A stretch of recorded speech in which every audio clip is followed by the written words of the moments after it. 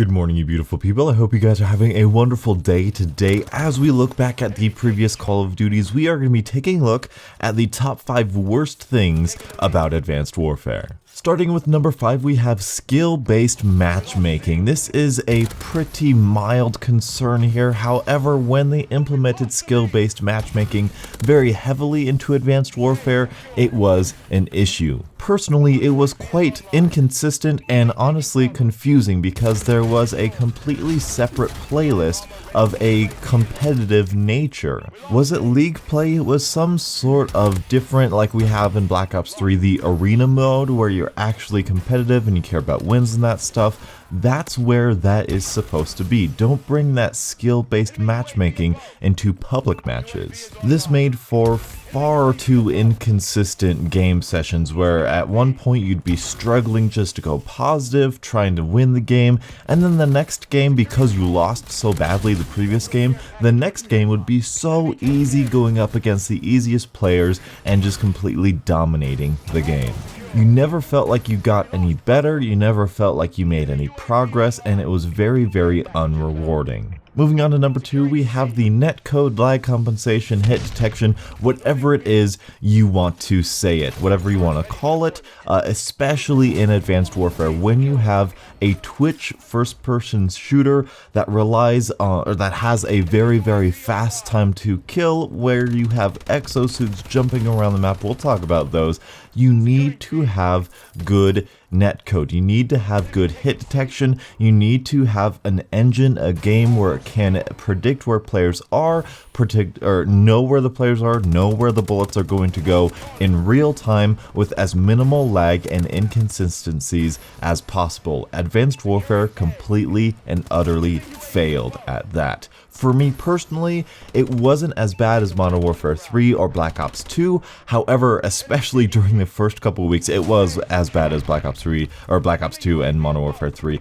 It got better over time, but it was still very, very noticeable and very, very bad. And that is the cardinal sin of first-person shooters, in my opinion. If you don't do this right, you have a bad game on your hands. Coming in at number 3, we have the Killstreaks. Now, the Killstreaks in and of themselves weren't necessarily bad. There were some very, very fun Killstreaks in there. For example, you could put the remote turret on support laser, and then you can detach its head. So you have this really awesome like energy weapon that you're carrying around, and you can kill people really quickly. It's almost like a death machine, which is really, really cool and interesting. But the problem I have with Killstreaks in Advanced Warfare is how horribly unbalanced they are. Sometimes you will have this completely and utterly worthless killstreak, like the mech suit, the Titan.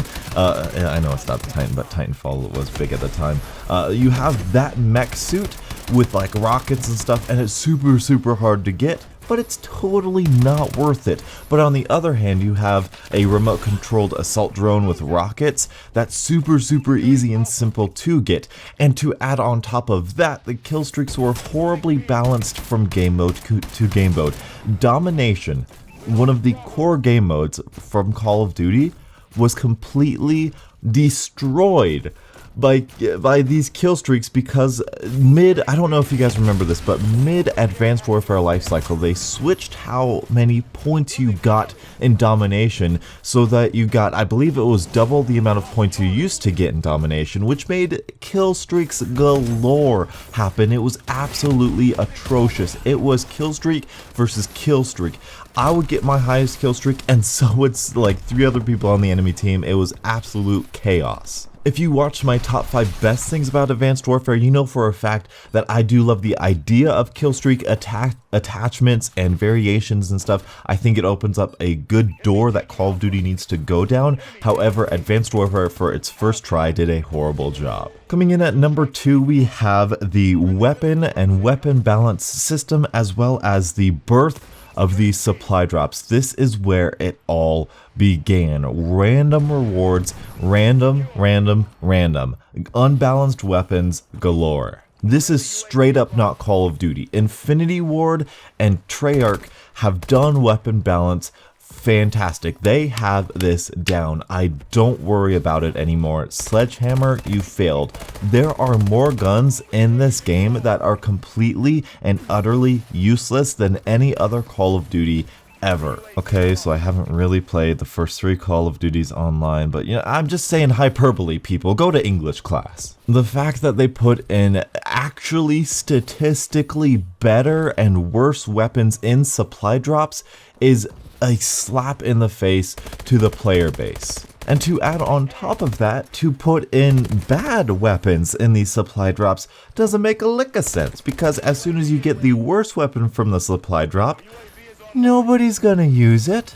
They literally wasted their time, energy, and money putting in the details for these weapons, the code for these weapons, that literally nobody will ever use. All of this to say they have like 360 weapons in the game, whereas only like 12 of them are actually viable. But my goodness, do these gloves look fantastic. Oh wait, they don't, because nobody cares. Forget you, supply drops, get out of here. Whew, we're getting passionate up in here. Alright, coming in at a couple honorable mentions here, we have the footsteps. You have this big mechanical exosuit thrusting air with enough force to carry a 200-pound man 10 feet in the air instantaneously.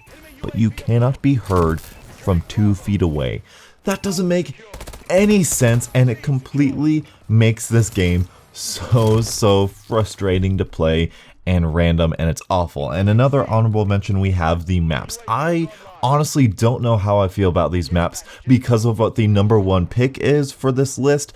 I feel like if you were to play this game, this Advanced Warfare, like a regular boots on the ground Call of Duty, I feel like there could be some good maps in here. I do feel like it's more 3-lane Treyarchy maps, but I do feel like there are some other complex and fun maps with good cover and stuff in there. But like I said, I have absolutely no idea how they would actually play out. And coming in at #1, you beautiful people saw it from a mile away. That is the exosuits, the boost jumping, and the awful movement system here in Advanced Warfare. This is the #1 thing worse than this game, and it is completely game changing, to be sure. It is admirable what Sledgehammer did here. They tried to innovate the most anybody has ever innovated in Call of Duty. However, with this advanced movement system, with this exosuit movement system, it made literally everybody unpredictable, which means it made every gunfight unpredictable,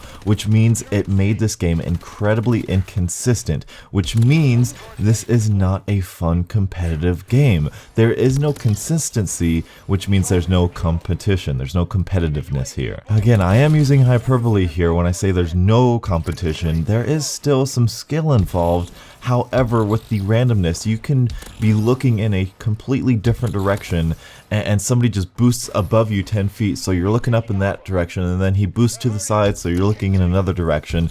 Us as players aren't used to that, and it's more than just we're not used to that. It's very difficult and very, like I've been preaching all along, inconsistent and random on who wins these gunfights. There is no consistent way of dodging that is going to always consistently get you a kill. You could argue that means we rely more on our reaction time and our aim, but again, with the bad hit detection, that's kind of not true, and the bad weapon balance, well, that's not true because he could have a better weapon than you. There's so many different factors than just reaction time and aim going on to here that the advanced movement in and of itself makes this incredibly frustrating to play. But my goodness, if that boost slam is not the most satisfying in any Call of Duty ever, I will say that, I will give them that. But anyway, that is my list for the top 5 worst things about Advanced Warfare. I think these are very logical and thought out. I feel like these are very genuine concerns, and I feel like they're very fair. So please tell me your guys' concerns with Advanced Warfare. What did you love about it? And more specifically today, what did you hate about it? Thank you guys so much for watching, and until the next absolutely beautiful Call of Duty morning, I will catch up with you guys later. And as always, have a great day.